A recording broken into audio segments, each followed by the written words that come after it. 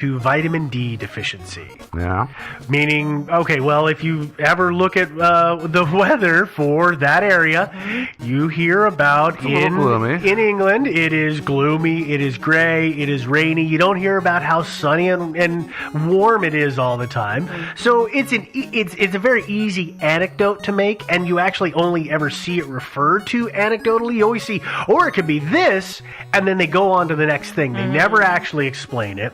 My total problem with this theory is if it was vitamin D deficiency, we should see this in other places, namely where we live, as a giant or like parts of Russia. Yeah, where this should be happening all the time, where it's cold and cloudy and cruddy weather a lot of the time. You know, I think they could answer this one. They need to like select 1,000 residents of Glasgow and just grab them, put them into cattle cars and take them somewhere sunny and just make them live there for 50 or 60 years. No, you know how they do it is they just put vitamin D in the drinking water. That'd be another thing to do. I think you can do that, right? They do it with fluoride. Yeah. Well, but they're different. I mean, they're different molecules. And also, they don't do that here, so calm down. That's what's wrong with my I like vitamin D deficiency because I once had a doctor who said, well, if you're going to live in Portland, you should definitely take at least 500 milligrams of vitamin D a day. Really? Year round. And I thought, okay, I guess I could do that. Oh, okay. Yeah, okay, yeah, I'm down on the whole vitamin thing. Okay. I'm not buying it. So let's move to the next theory, which is poor diet equals poor health, which logically makes sense. Didn't we kind of talk about that under poverty? We did. But in a different way, right? But in a different way, because this does actually come to some of the stuff. This is where some of the stuff that Devin was talking about actually comes in, and there's a couple of different ways that this can be turned. It is a known fact that people in Glasgow do have greens available to them, but they don't eat them as often. So in other words, it's not that the healthy food isn't available, it's that it is not chosen.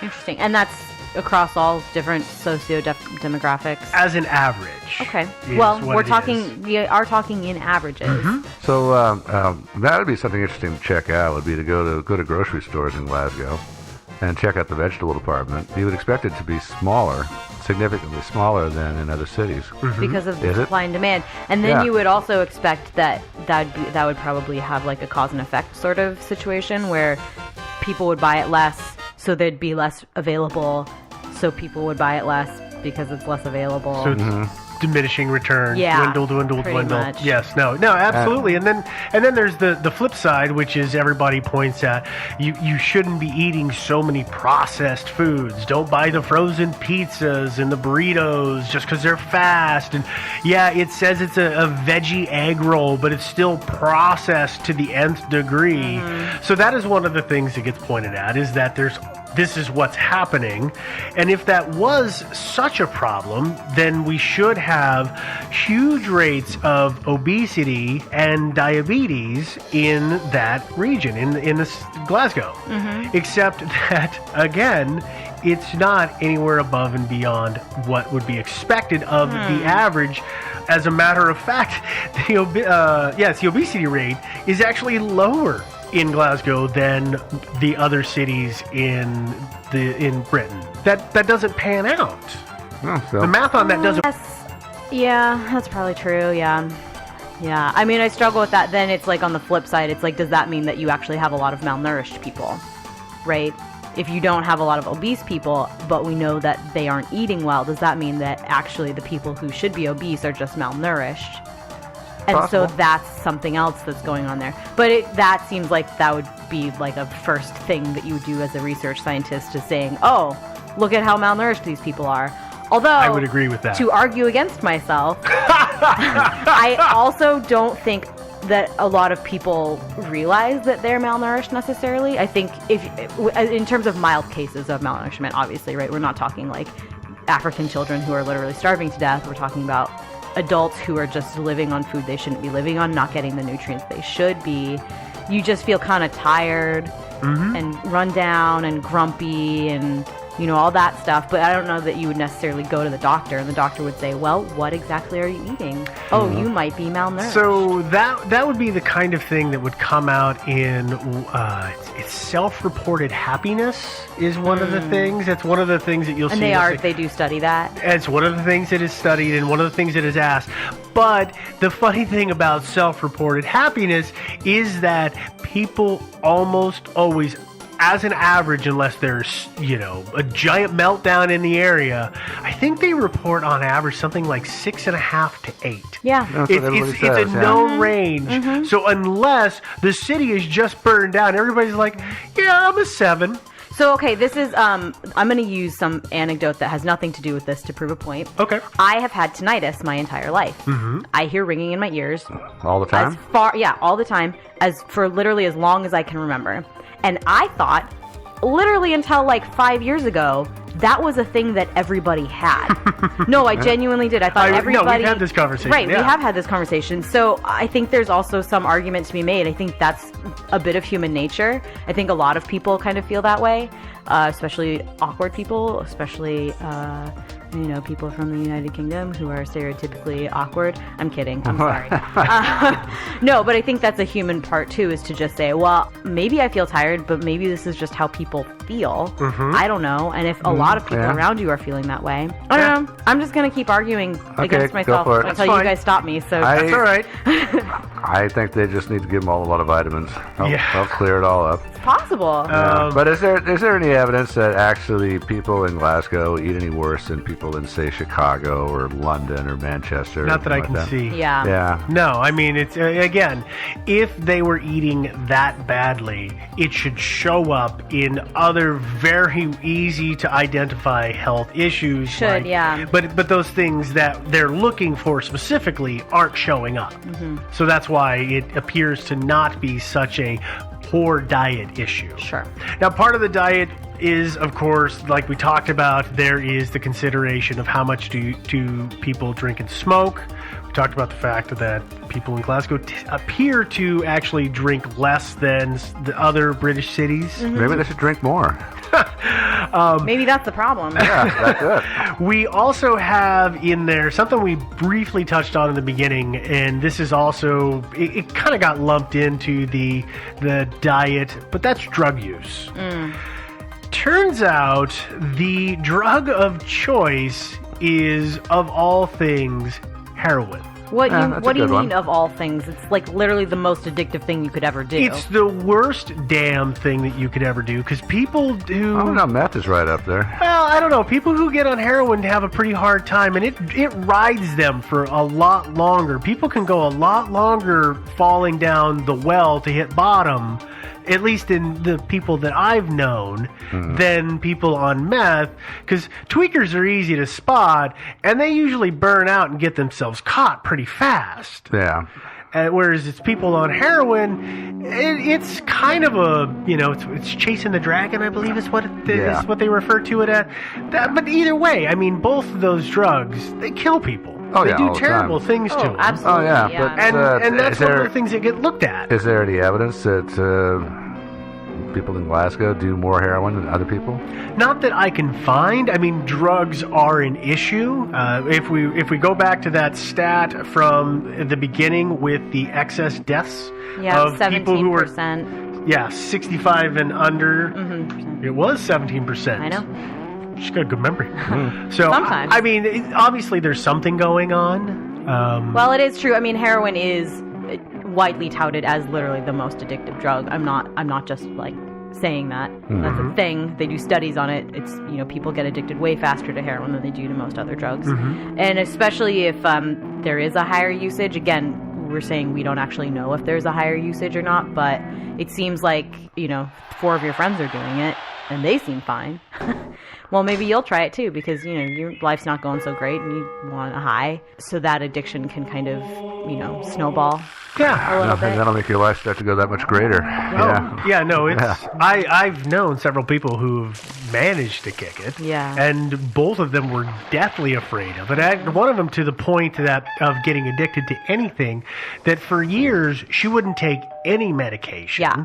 And it turned out years later, she was, found out through health issues what it had actually done. And I mean, she was on it for only a couple of years. So that stuff does, and that's part of the reason that I bring up the heroin is that it can have a long range of effects. So even if somebody does it for a couple of years and then is lucky enough to kick it, gets the help they need and gets off of it, it still can have done the damage that nobody knows right away.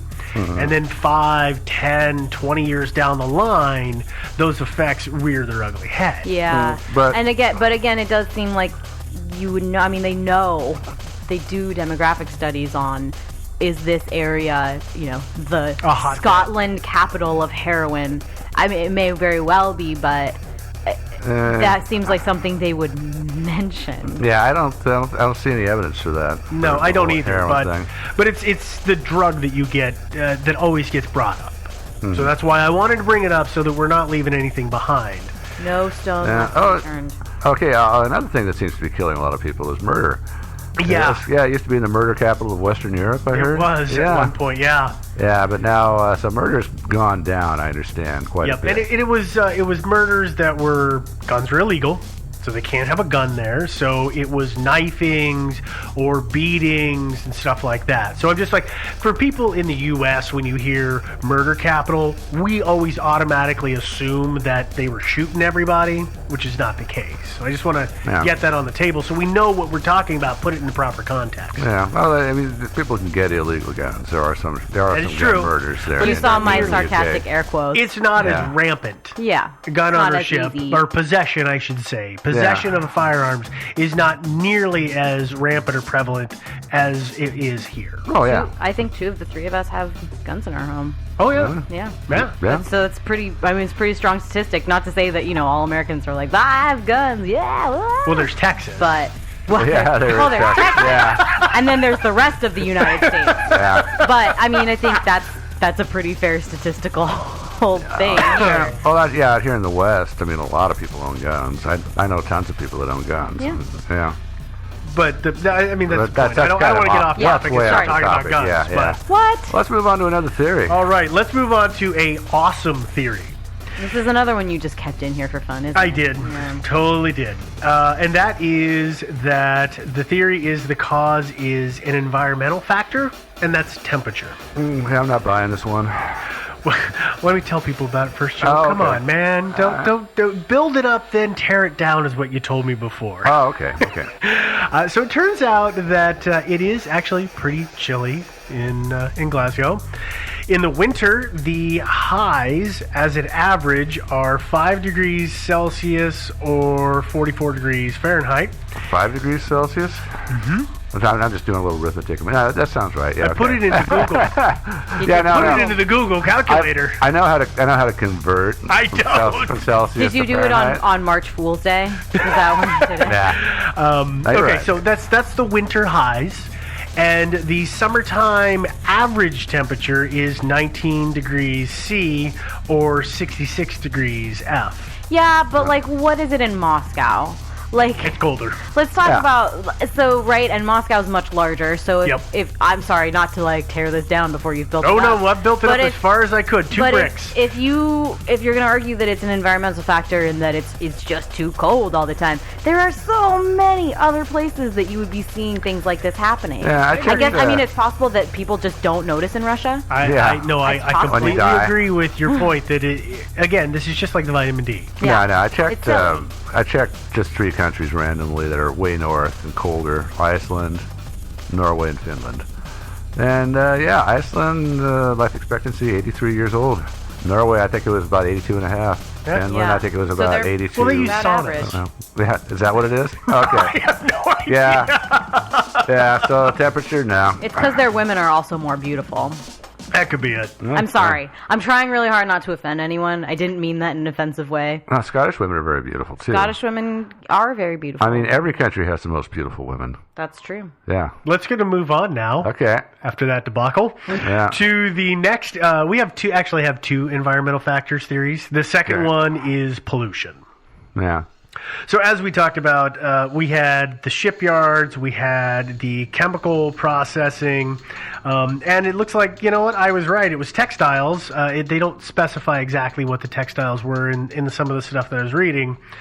But we talked about this. They're not exactly clean. They're not really good about keeping the city around them nice. They dump everything into the river. I'm saying historically, not today. Yeah. I'm sorry, can I share it? Today I learned? Okay. Today I learned that Victoria doesn't have a waste treatment plant. Victoria, doesn't? BC. No, they just dump it right into the river. Are you serious? Yeah. They dump it into the harbor or what? Yeah. The harbor? Yeah. Are you Apparently, kidding? yeah. Apparently, the state of Washington is considering like a no travel ban on them to say like you have to start treating this stuff. Anyway, that's my today I learned. That's some crazy poop. Yeah, Well, I it gotta is. say, I've been. I find that hard to believe because I've been to Victoria quite a few times and I've never seen poop floating in the harbor. Yeah, but you can't smell anything, Joe. Maybe. Well, you've been there. Did you smell anything? No, but I was drunk. Oh, okay. No, actually, I wasn't. Yeah. That's just my go-to excuse. Okay, well, let's keep on going with this pollution. So, if pollution was responsible for the higher mortality rate, then you would expect that we would see higher levels of cancers, which cancer does kill at a higher level than the average expected. One of the things I kept seeing called out is they always said lung cancers, but they never said exactly what it was. So I was always curious if that might be something to do with it. Lung cancers, plural, or lung cancer? That's now that you specify, I'm not sure which it was. Let's just say lung cancer. I believe there is more than one breed. There is. I mean, of there's lung multiple. cancer. There's multiple Yeah. cancers that can be in your lungs, and that might be. As much as I love our British friends, they have different ways of phrasing things sometimes, and so I'm not always sure if it's just phrasing for the way I would normally expect it to be, or if it's something slightly different. So I wasn't positive. Pollution there is stronger or No, not really. than anywhere else. Yeah. Certainly not more than Southeast Portland. Yeah, that's a good point. Yeah, no, it's London at one time was considered one of the filthiest cities in the world.